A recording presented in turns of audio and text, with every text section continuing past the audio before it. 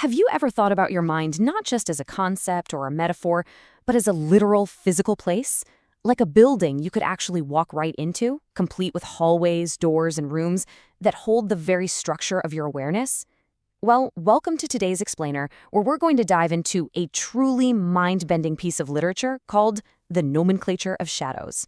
We're going to follow Dr. Vivienne Carr, who is this brilliant etymologist, as she discovers a mysterious blue house on Mercy Lane. But here's the catch. This isn't just some abandoned building. As soon as she steps through its azure door, she realizes she's entered the physical architecture of human consciousness itself. I am absolutely thrilled to guide you through this incredible concept today. Let's get right into it. So here is our game plan for this explainer.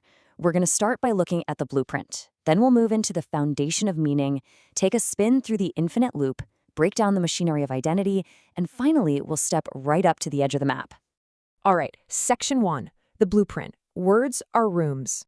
Picture this. Our protagonist, Dr. Vivienne Carr, has walked past this decaying house with a blue door on Mercy Lane for 17 straight months. But one day, there's a light on.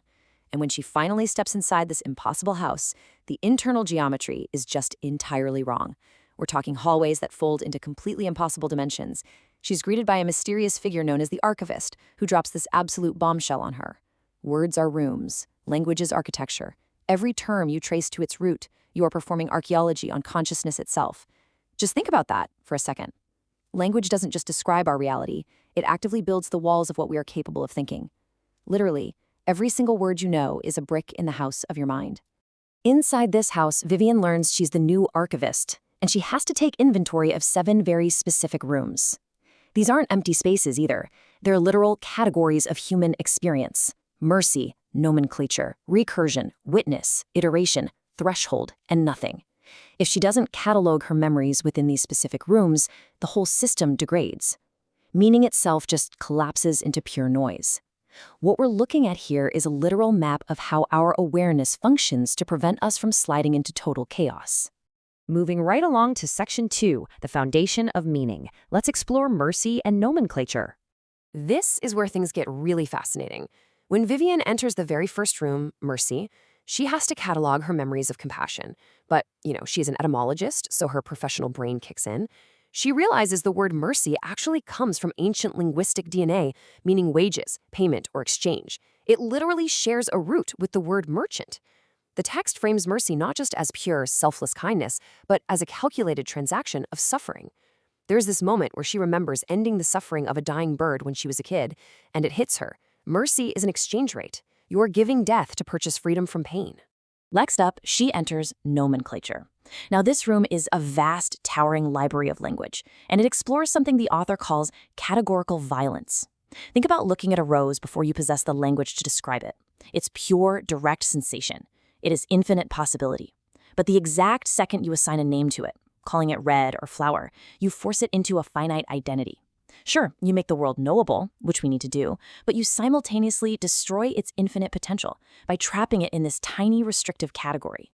This idea is perfectly captured in a memory Vivienne has. She's 9 years old, sitting in a counselor's office, and she completely refuses to name her feelings. Her realization, choosing is losing. The moment you label yourself as sad or angry, your vast, complex, atmospheric emotions are shoved into a tiny little box. Words act as these necessary barriers. We absolutely need them to communicate with each other, but they inherently limit the raw, messy truth of our actual experiences. Okay, Section 3, the infinite loop. We're looking at recursion and witness.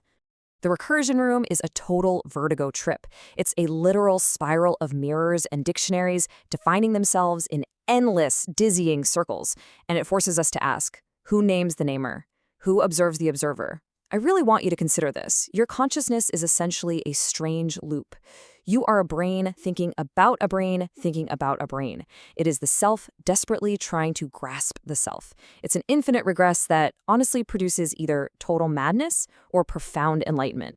So exiting that dizzying spiral, Vivienne steps into witness, which looks like this massive concentric theater. In here, she has to catalog everything she has ever seen. Etymologically speaking, the word witness means knowledge through direct observation. But the room teaches her a really heavy lesson. Observing something is never a passive act. To truly see something is to enter a relationship with it.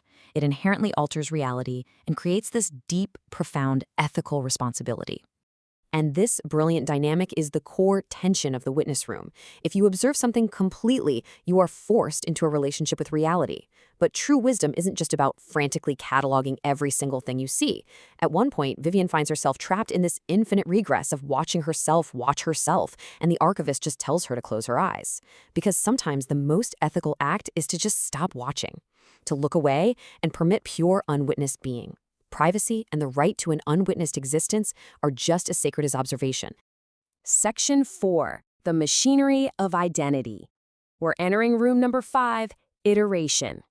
Now, iteration isn't just mindlessly repeating things. It's repetition that builds your foundation. Think about learning any new skill. Vivienne remembers playing piano scales or baking cookies with her grandmother. Step 1 is always conscious supervision. Every single finger movement on those piano keys takes intense, exhausting mental effort. But then, step 2 is muscle memory. And step 3, unconscious competence. Those tedious, boring actions eventually become automatic foundations. And that is exactly what frees up your higher mind to do more complex things. Vivienne's mother actually sums this up perfectly. Once is accident, twice is coincidence, 50 times is skill. The crucial takeaway here is that we are essentially the sum total of our repetitions. Think about it. What looks like spontaneous expertise, like an etymology professor just effortlessly delivering a brilliant lecture she's given 37 times before, is actually just invisible, deeply ingrained iteration. You literally become what you repeatedly do. If we trace Vivienne's own timeline, we can see how iteration builds up to these major life shifts. At age 4, she acquires her first language, iterating sounds over and over until they finally lock into meaning. At 14, she's learning French, iterating foreign words until she crosses the boundary into a completely new way of organizing reality. And at 41, all of her daily walks, those iterative, peripheral observations of Mercy Lane, finally builds up to her crossing the threshold to become the archivist.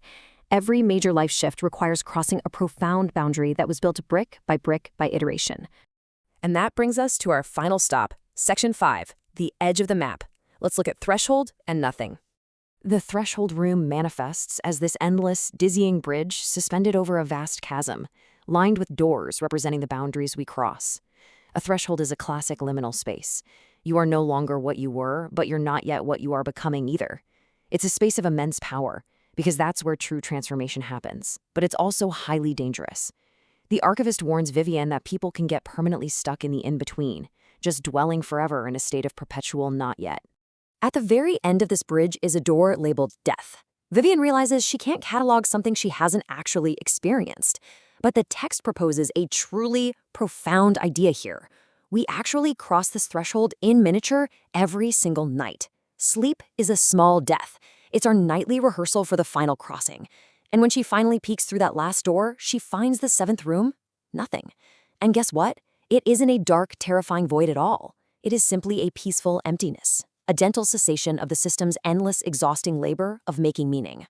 In the end, Vivienne chooses to stay, maintaining the coherence of consciousness for the rest of us. But her journey leaves us with something incredibly vital to think about. By taking in this explainer, by absorbing these words, you are observing right now and thereby actively altering your own internal system. Your language is shaping your reality, your iterations are building your skills, and your observations carry real ethical weight. You are the active archivist of your own mind.